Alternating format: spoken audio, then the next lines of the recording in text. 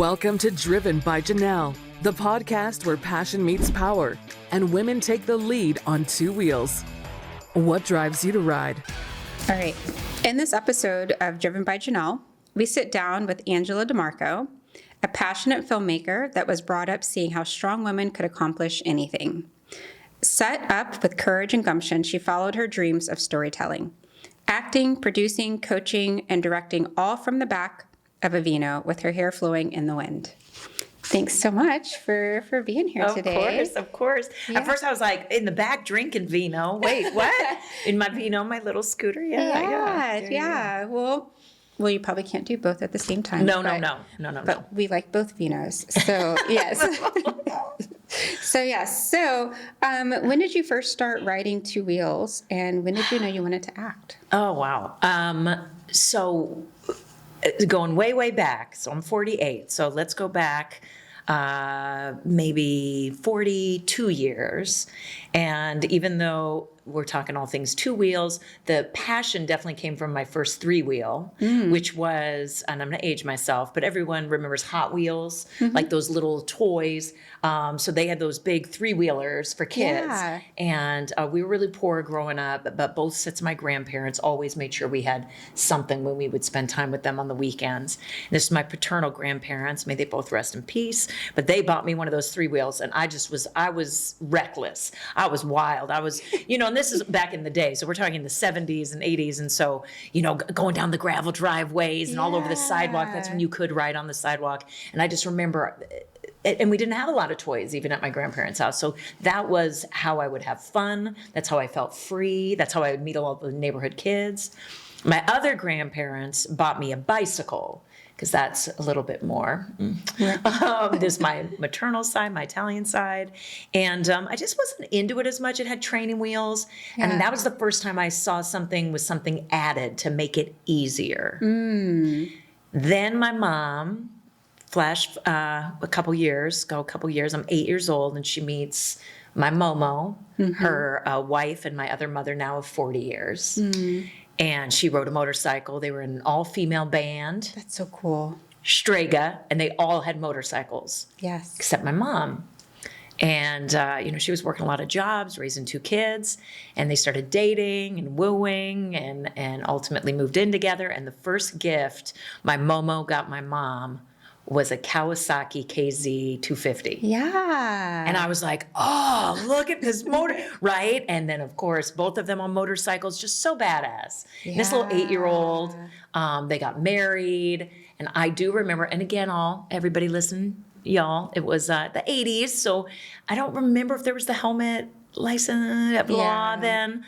But I do remember riding on the back of my mom's bike. That definitely happened quite a few times. I'm sure people judged. But I remember that felt so free. So they both, without me knowing, my 12th birthday, they bought me a motorcycle. That's so cool. A little Yamaha 150. Yeah. 12.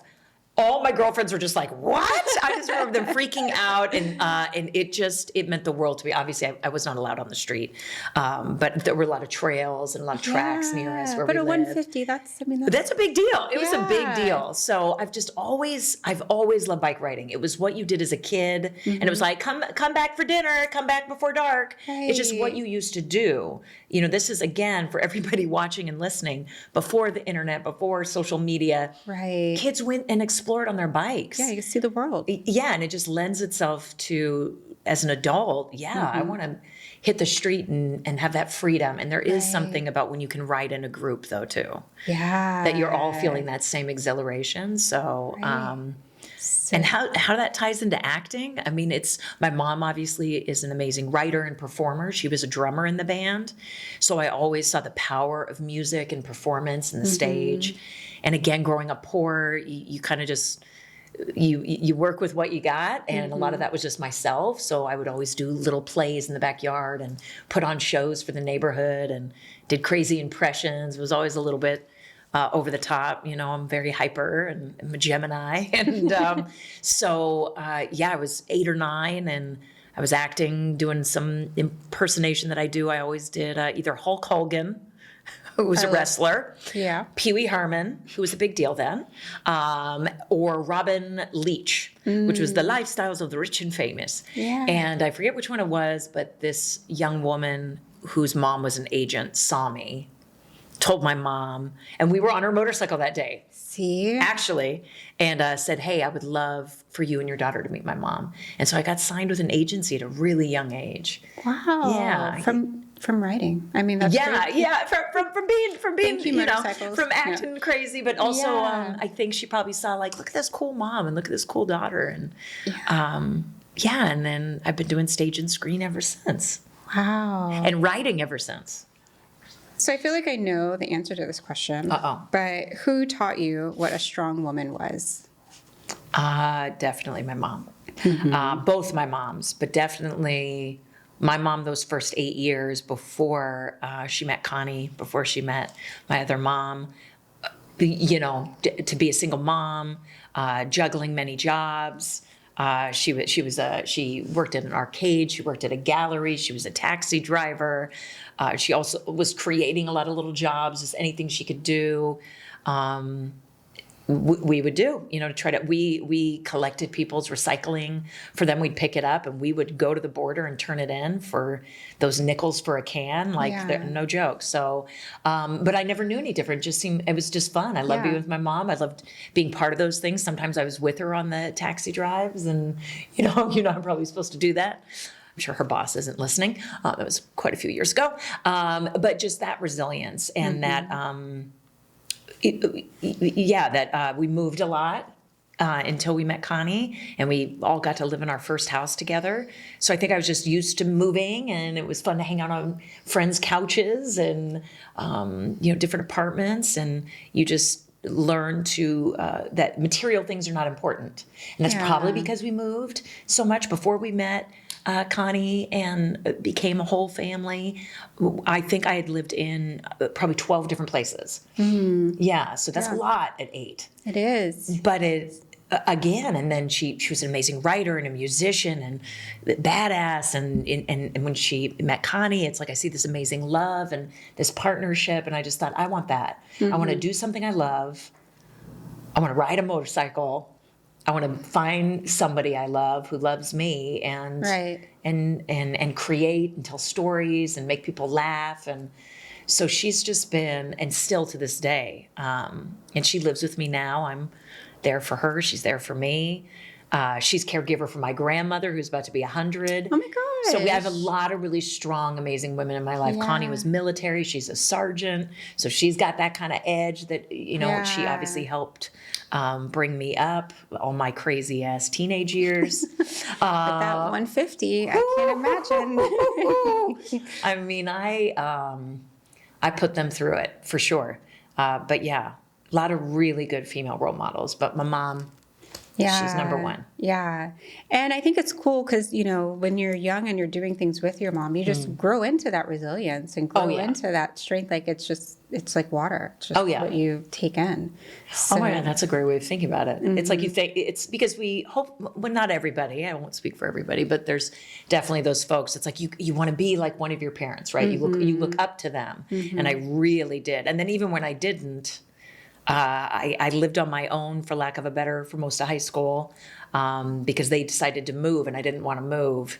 And we won't go down that rabbit hole. That's a long story. But so we were apart for some pretty formative, crazy teenage years. But when I came back to both of them, because I got a full ride at a school where they were living in Ohio, then we became even closer. So that distance made me realize, she was trying to do the best thing for me. They both were trying to teach me X, Y, and Z. They knew these people were not the best friend circle. And and yet they still allowed me to stay. Mind you, I had my grandparents and some dear friends that let me live with them and kind of couch served throughout high school because it was a K through 12 alternative school of the arts. May it rest in peace, Summit K-12 Alternative School of the Arts changed my life. But now, she is my best friend now. Yeah. And it was college, like you said, when I finally said, I did this. And she's like, oh yeah, I did that when I was your age. I started doing that. Oh yeah, I did. Like good and bad things. Yeah. That she hadn't even shared with me, but I been an idiot and, been like what kids should do, teens do. Yeah. And then learn like, oh, I was still being you. But it was kind of the stuff that she got in trouble for too.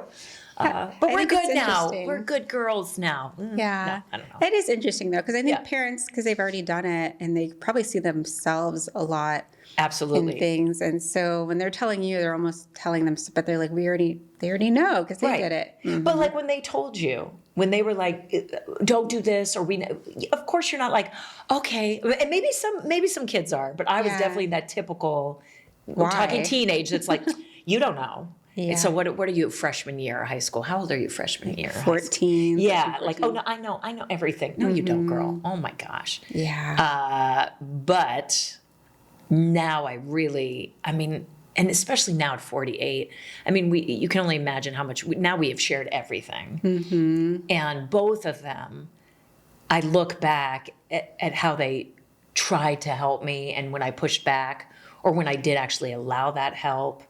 And I see now the why behind everything. And I think that also goes back to the other question of why they have taught me to be or inspired me to be the woman I am today. Because now I understand, and I'm an educator now, I'm a teacher now. So even how I talk to my students, and sometimes they might be like, Mama DiMarco, no, and then later they'll be like, oh, remember when you told me? Yeah. You were right. And I'm like, yeah, I know. I know. Yeah. It's just, yeah. And it's, I think it's such a struggle. I mean, I'm only like a dog mom, but anytime you're like talking. Me too. I'm only a dog mom. Right. All my students are my babies though. Yeah. And I feel like a lot of my staff are, so you're telling people, you're like, well, we're going to do it this way. And they're like, oh, we don't really know if we need to. I was like, okay, well, we'll see. Jump forward. They're like, you were right. Yeah. You're like, oh, okay. Yeah. I was like, I know. But Yeah. you just, I don't know. I think it has to be so hard to have that foresight and to not be able to, stop something from happening. And it's good because those experiences, the good and the bad, it's, here's taking it back to two wheels. I remember the first time I fell off my Yamaha. And, so again, I'm like maybe 13. And again, I never took her on the street, except a couple of little residential streets near our house that were very safe. But again, there were a lot of trails and there were a lot of sidewalk spaces and just this back area over where we lived in West Seattle. And I hit hard. I even had to get some repairs done to the bike. And I didn't break anything, but I definitely hurt myself. And I was so scared after that. And I remember it took me a while, but again, with that resilience. And my mom was like, you don't have to ride again. We could sell the bike. It's like, well, I don't want to. Like, it's part of who I am. And this is something I enjoy doing. She said, well, sometimes the things we like to do or the things we've enjoyed, no matter what, like whether it's writing or whether it's hanging out with certain people or whether it's acting a fool and doing X, Y, or Z, it's like sometimes you can get hurt. Yeah. And then it's like, how do you try it again, but differently? Right. And I think it is that fear of, oh, but what if that happens again? What if I get hurt again emotionally? What if I get hurt again physically? Yeah. But I did get back on her. Yeah. Little baby it's Yamaha. hard. Yeah. And if you didn't fall till you're 13, you got it when you're 12. That's really great. That's fantastic. That's an accomplishment. That's pretty good. That was pretty good. Yeah. I love that. Oh, I remember the first day we took it. And anyway, it's just still and that I really had no idea. Like, I don't know to this day whose idea it was. It had to be Connie. She had to be like, let's get Angela more. Or maybe my mom was like, can we get Angela more? I don't know. But it's just, I'll never forget it. It made me definitely the badass at a really young age. Because think of that, all these 11 and 12-year-old girls. And it was at my grandma's bougie, wonderful condo down on Alki at the pool party. I don't know how to swim. I did not want a pool party. Love you, Grandma. But it was not my thing. And then here it comes in the motorcycle. I'm like, that's my thing. Yeah. And all the girls were like swimming. And I was like, can I ride? Can I go ride? And of course I couldn't ride in that area. But yeah, I'll never forget it.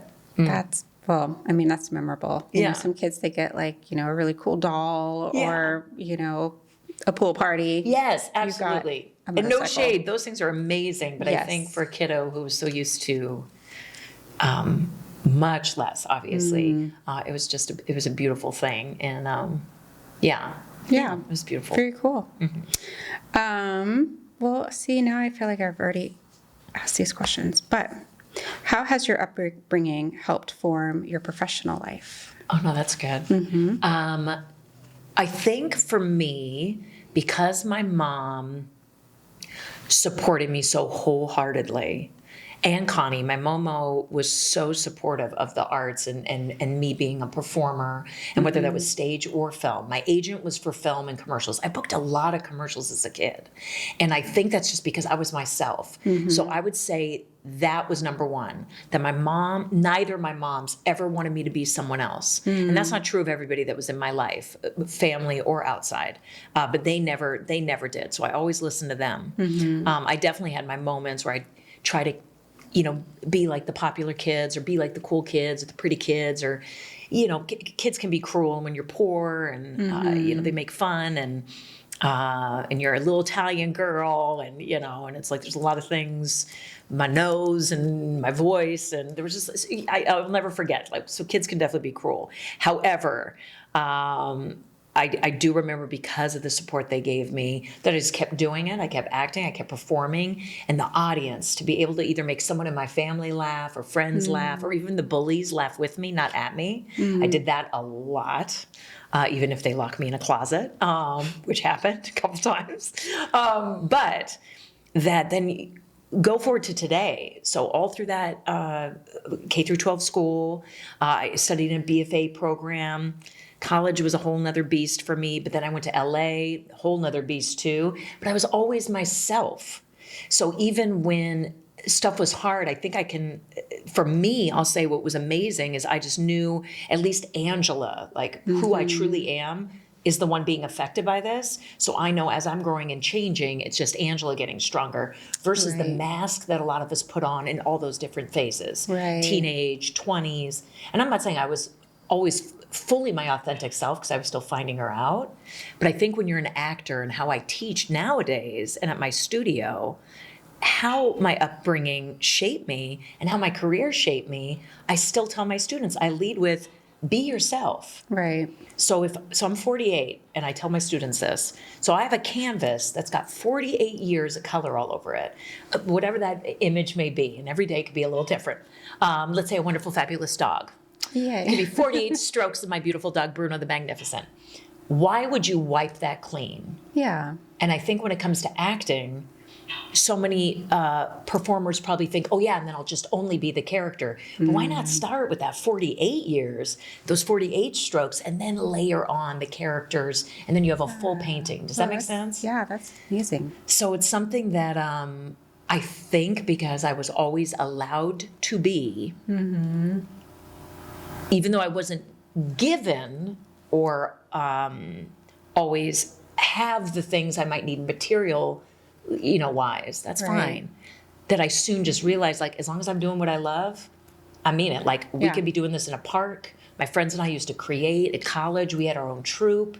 When I was in LA, I was part of a huge festival that I created. This huge LGBTQ plus community came together, and we just created a huge festival and shared a bunch of art, and I was the host. And it was just ways of okay, if we don't have the money or the means, we have a mouth. Right. Maybe we have a microphone. Let's go. And just lifting up others to say, hey, no, be yourself. You are enough. And your artistry is what you love to do, but share it with others because it makes others feel seen. Yeah. So I do think it's because they let me be my authentic self, or embraced, or allowed me to do that. Yeah, you have the freedom to do that. Absolutely. As a teacher and as a performer. Yeah. And a producer and a director. All the things I do, I think most people will be like, oh yeah, Angela's always Angela. Mama's being Mama DiMarco. I could be indignant. Ooh, I could be indignant AF. But I'm mostly loving, and I lead with humor. Well, but it seems like, your mom's letting you be yourself, really empowered you to be yourself. And then now you're teaching more people to be themselves and in your professional life. So that's, it really just passes down. You give what you get. So did your husband have experience writing before you two got together? Oh, David. Oh, shout out to my man. He is stuck with me. This year was our 21st wedding anniversary. Oh, and we've been together 24 years. Oh. He was not a motorcycle man. He definitely was a two-wheel, like a bicycle. He and I also are like big e-bikes, like those red, well, we don't need to do product placement unless you're going to hook the girl up, so I'm not going to mention any names. We have particular electric bikes. Yeah. We love pulling our Bruno the Magnificent in a little buggy. You know, everyone thinks it's a kid, so they get out of our way. I'm like, it's my dog, but it's fine. That works. I love it. And then what has pivoted over the years, motorcycles kept going on in our family for many, many years. And even when David and I started dating way back in 2001, you know, he definitely saw all the bikes. And Connie, my mom definitely had gotten rid of the Kawasaki by then. She used to have an old school, like lowered Harley there for a minute because she's short like me. She's a short little mama.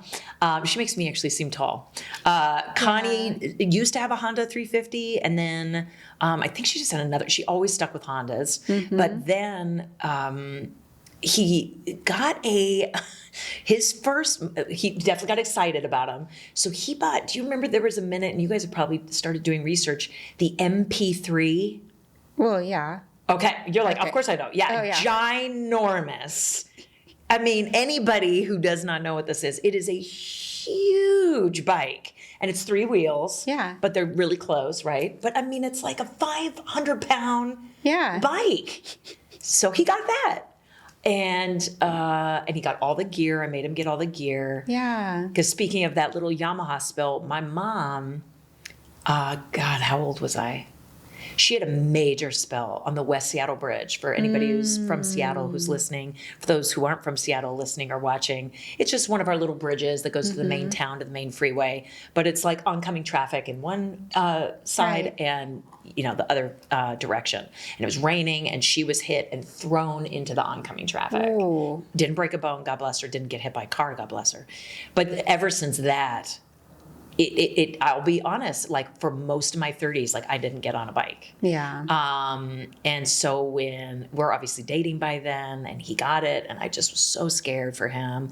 And his first spill, and a 3-wheel, you wouldn't think that would happen, but it got stuck in the tracks of one of the trains down there in downtown Seattle. And I mean, it was kind of brutal when he came home and just like busted open, didn't break anything, but like busted open. And we're talking like through his jacket and everything. And I kind of had to freak out. And then I was like, God, I'm just getting fear again. What is going on with this thing that I love?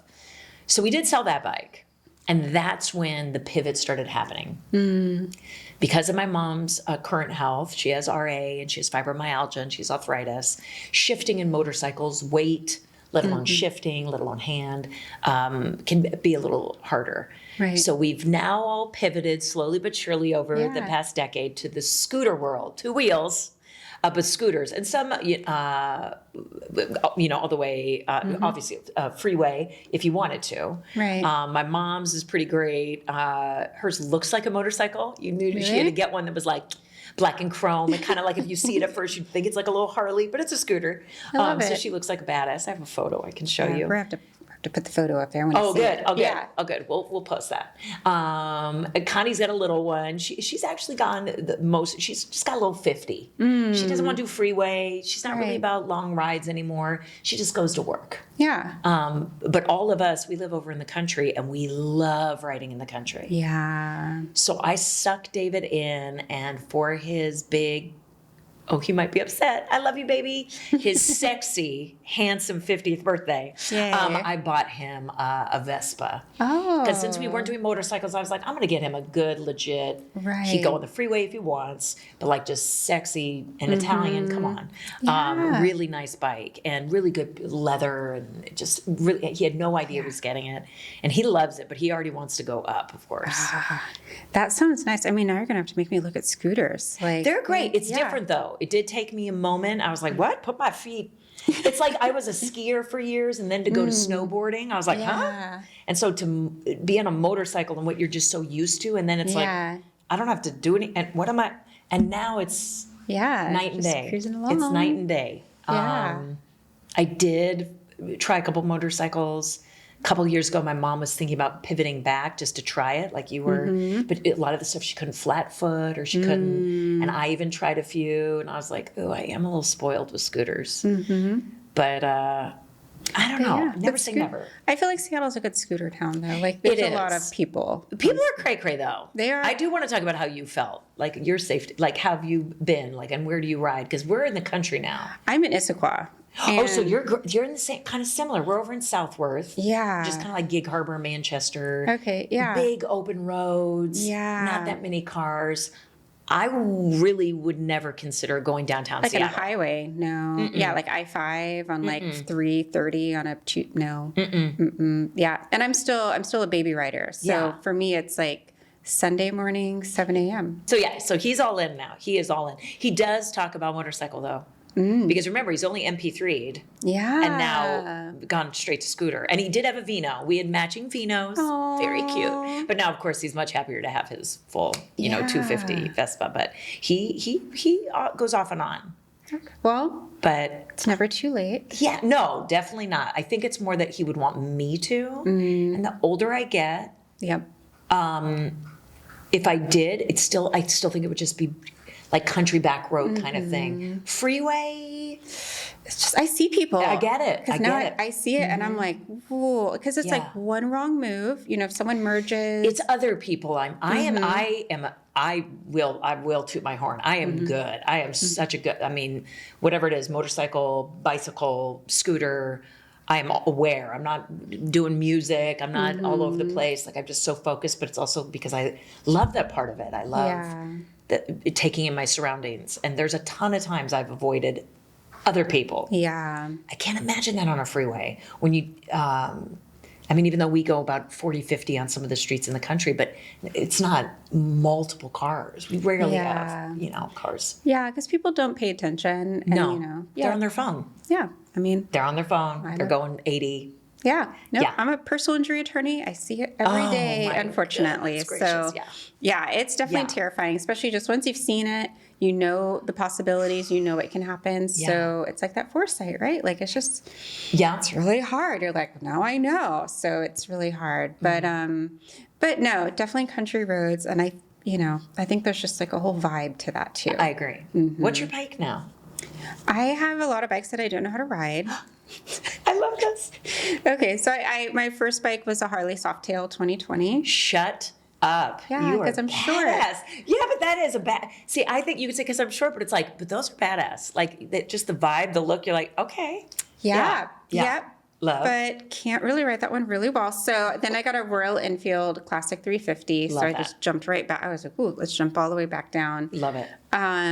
And I just got a Honda Rebel like 300, but it's really cute. I love a Rebel. Yeah. That's what my mom was looking at. Yeah, it's really cute. I got it off Facebook Marketplace. I already had the engine guards. It was already like the little fender was a little customized a bit. Like it's really, if I had the keys, I'd show you, but really cute. And my dad's given me his BMW GTL something, but it's still in Missouri. I have to get it shipped up here. So But Dad rode. he rides? rode probably like in the last 10 years. Okay. But my dad will never. I don't think my dad. So my dad always joked that when he wanted to leave this world, he wanted to get hit by an 18-wheeler on his motorcycle. My mom she still says some crazy stuff like that. She's like, I'll Thelma and Louise it and get on my, and I was like, what are you? Yeah. And then what if, and then they're just going to be calling you because it's not going to happen. Well, they'll just get all hurt. Yeah. And all broken up. He said he wanted to be instant, and so he always said that growing up, and then he got a motorcycle. And so then I was like, well, are we planning for this, or what are we doing? And then he stopped writing. And so I was like, okay. And then he gave me his, and I was like, perfect. So at least you're not going to go this way. Maybe find another way, but not on your motorcycle with a semi truck. So, so he didn't really ride like that much. Yeah. But I think my dad loves cars and things like that. So he just liked to have it. So, I love that. so yeah. So now I just got to bring, BMWs are a little tall for me. So I think, I have to flat foot, or at least like with the right boots. You should see because my mom's like 5 foot, maybe on a good day, Mama.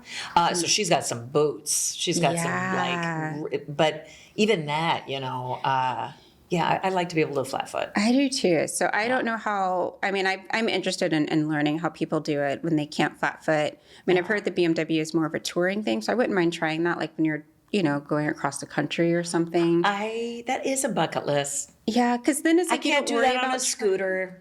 I can't. I mean, I could. I mean, I guess I could if I get something like, But Yeah. that because there's a lot of roads, and especially, I mean, of course, you have to leave Washington eventually. But I'm here. A lot of our buddies are motorcycle friends, and they're like, "You guys haven't done that," and they'll start just mentioning all these. Yeah, the rallies or the touring. Yeah, and they're like, "Oh no, it's like a totally side street that you'll see." Yes. For majority, like you're rarely on the main freeway or highway. Yeah, and then it's just more of like a cross-country trip, and so it feels a little like when I first heard it, I was like, oh, that's so dangerous, which it could be as far as being remote and if something happens, but you're not on the main roadway. No.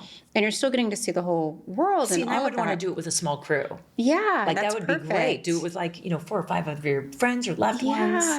Yeah. But I wouldn't want to camp. I know, but I feel like it could be a glamping form of it, would have to right? glamp. Like go from city to city, get like really nice hotels. You go to the see. Yeah. Okay, let's do it. What is the closest feeling of riding your Vino other than riding? I know it's rapid fire, but I always have to, because my OCD, I don't want to go wrong. I can't, but it can't be another 2-wheel. It could be anything. Because I feel like that's cheating if I say riding on my e-bike. Okay, so how about, and I can't say riding my mower when I mow my 3 acres. Well, I don't know. How about this? Standing at the front of the ferry and letting the wind blow through my hair and full Titanic, like arms out, which I do quite often, and just enjoy my commute to work into Seattle. All right. So if someone's on the ferry and they see Crazy Italian. that's her. I'm flying. That's her. And it's not like it's your first time on the ferry. It's just what you like to do. Yeah, but when it really gets going, I'll say that's pretty cool. Okay. One thing you never ride without. My helmet. Yep, that's a good one. Yeah. What is your favorite way to recharge?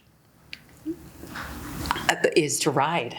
I mean, I really, because I don't, for a living, I speak, I talk. I'm a teacher, I'm a director, I'm an actor, so it's often a lot of talking and a lot of which I love. But when I'm on my bike, even when Dave and I ride together, or my mom's and Dave and I ride together, I'll show you that photo too, we're all quiet. We don't have any... we chose not to. There was a moment that we were like, should we get little connectors for our helmets so we could talk, or music? But we all really love just being in the wind, being on the open road, being in the countryside, and it really recharges me because I love Mother Nature. Yeah. So I just love being out in the country. It's the same thing even if we pivoted to mowing my acreage. It's just being out with Mother Nature, but it's silence. Yeah. Or on the freeway or highway or country road in the wind. Yeah. It's a full recharge. So interesting you say you love mowing. My mom mows her yard all the time. And I'm like, Mom, why don't you let me just, get someone to do that for you?